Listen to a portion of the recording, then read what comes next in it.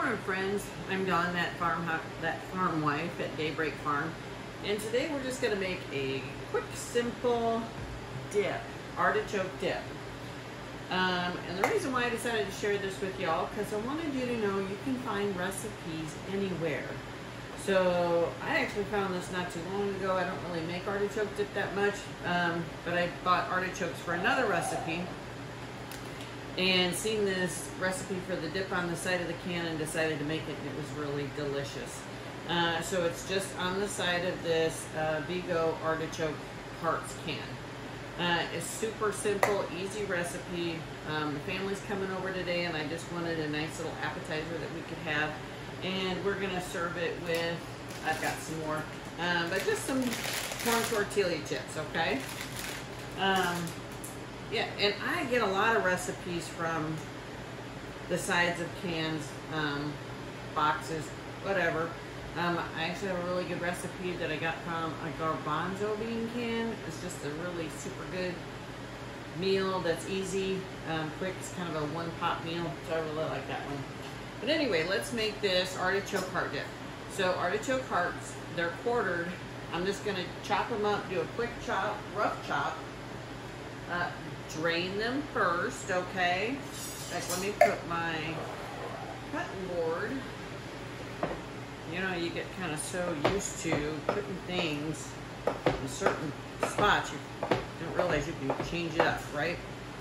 Anyway, artichoke hearts, rough chop. This is nothing perfect. You're just trying to make these pieces just a little bit smaller, kind of bite size or less, so they'll fit on a chip. And some of the artichoke, parts of the artichoke are very, turn that off, how about that? Parts of the artichoke are very, I don't want to say rough. I don't know how to describe it. Kind of chewy. Tough, maybe tough, that's the right word. Looking for the word tough. And besides the artichokes, you should typically have this on hand. The ingredients, you know, are usually all in your house most of the time. I do. Although I did buy the mozzarella because I was buying big bags of mozzarella and freezing it, but I just haven't done that lately. I'm trying to get away from that, honestly. I'd like to buy the mozzarella cheese in a block, shred it, and then maybe freeze it. Because I don't know if you know this, but all shredded cheese is coated with a desiccant to keep it separated, because otherwise it would be all gooey blob mess right there. All right, oh. I think I'm gonna do this. So this is the pan I'm gonna bake it in. So you are gonna bake it. I'll put that in there. So I think I'm just gonna stir it all up in here, not dirty another bowl. What do you think about that? Put my glasses on so I can see. So it's this can chopped up, cup of mayonnaise.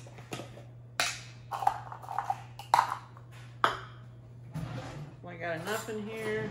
Not too sure about that jar.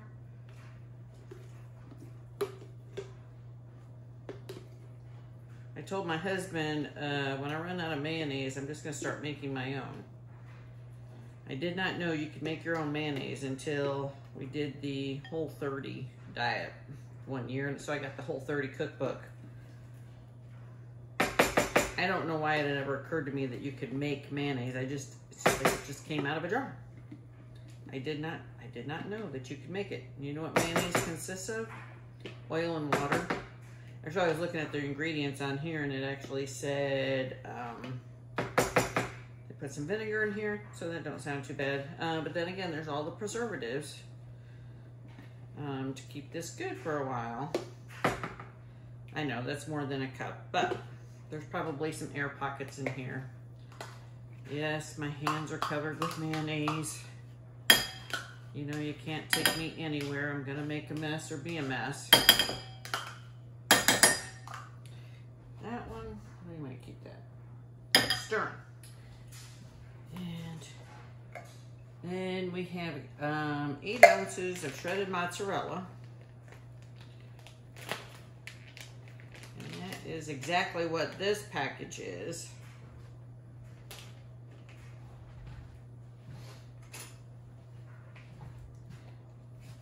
Trying not to cooperate with me.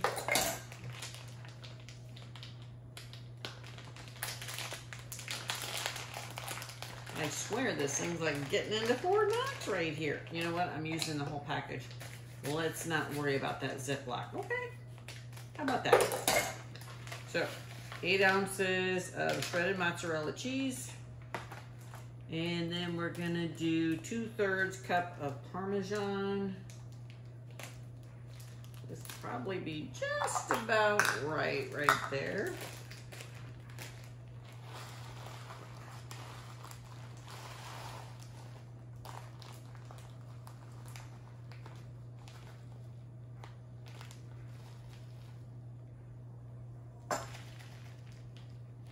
All right, 2/3 cup of Parmesan. And we're gonna do a little bit of hot sauce.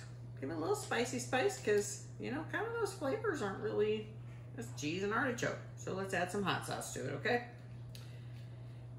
We're gonna give that a stir. On a board.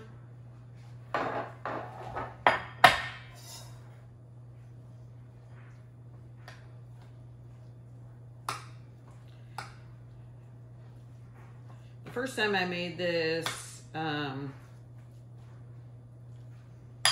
I did it in a separate bowl, but I mean, how smart is it just to stir it up in here? Because this doesn't have to be greased. This is my little casserole dish. And then what you're gonna do is bake it in the oven. And it was, let me see. It says put it in an spread it in an 8x8 oven-proof baking pan. And this is, I think this is like an 8-inch circle.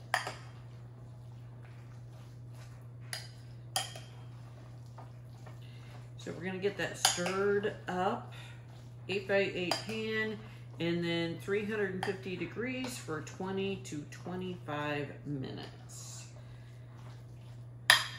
And I'll tell you what, my oven has been, like, ever since we've gotten this oven and moved in here, let me take those off. That thing takes forever to bake stuff. So I finally broke down and bought a thermometer, and sure enough, my oven is about 15 to 20 degrees off. Because everything I baked, I mean, and it was lower, obviously. So if it says bake at 350, I'm gonna probably turn this up to 375 on my oven. But anyway, now I am gonna wait to bake this because the family's not here yet and I want this to be hot. So I will come back and show you the baked results. It'll be yummy. All right. Just gonna put it in the fridge. There we go. Now I'll put it in the oven. So, kind of something you can make up ahead of time and, you know, heat up once company's here so that you can save your time for something else. I like get-togethers where you get everything ready. I try to do that. Depends on what we're having. Have everything as ready as possible to go. And then once everybody gets here, I can just start popping things in the oven left and right.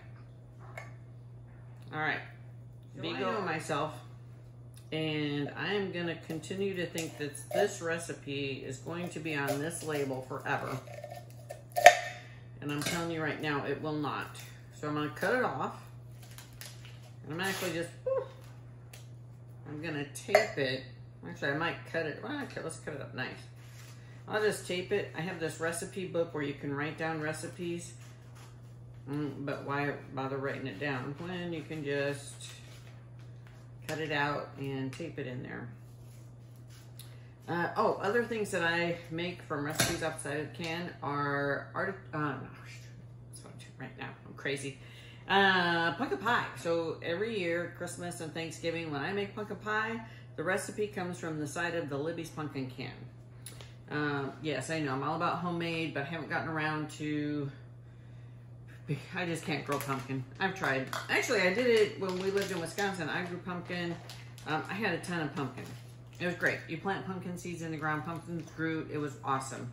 Here in Georgia, you plant pumpkin seeds in the ground, and the squash vine borer bugs comes and eats at your stem.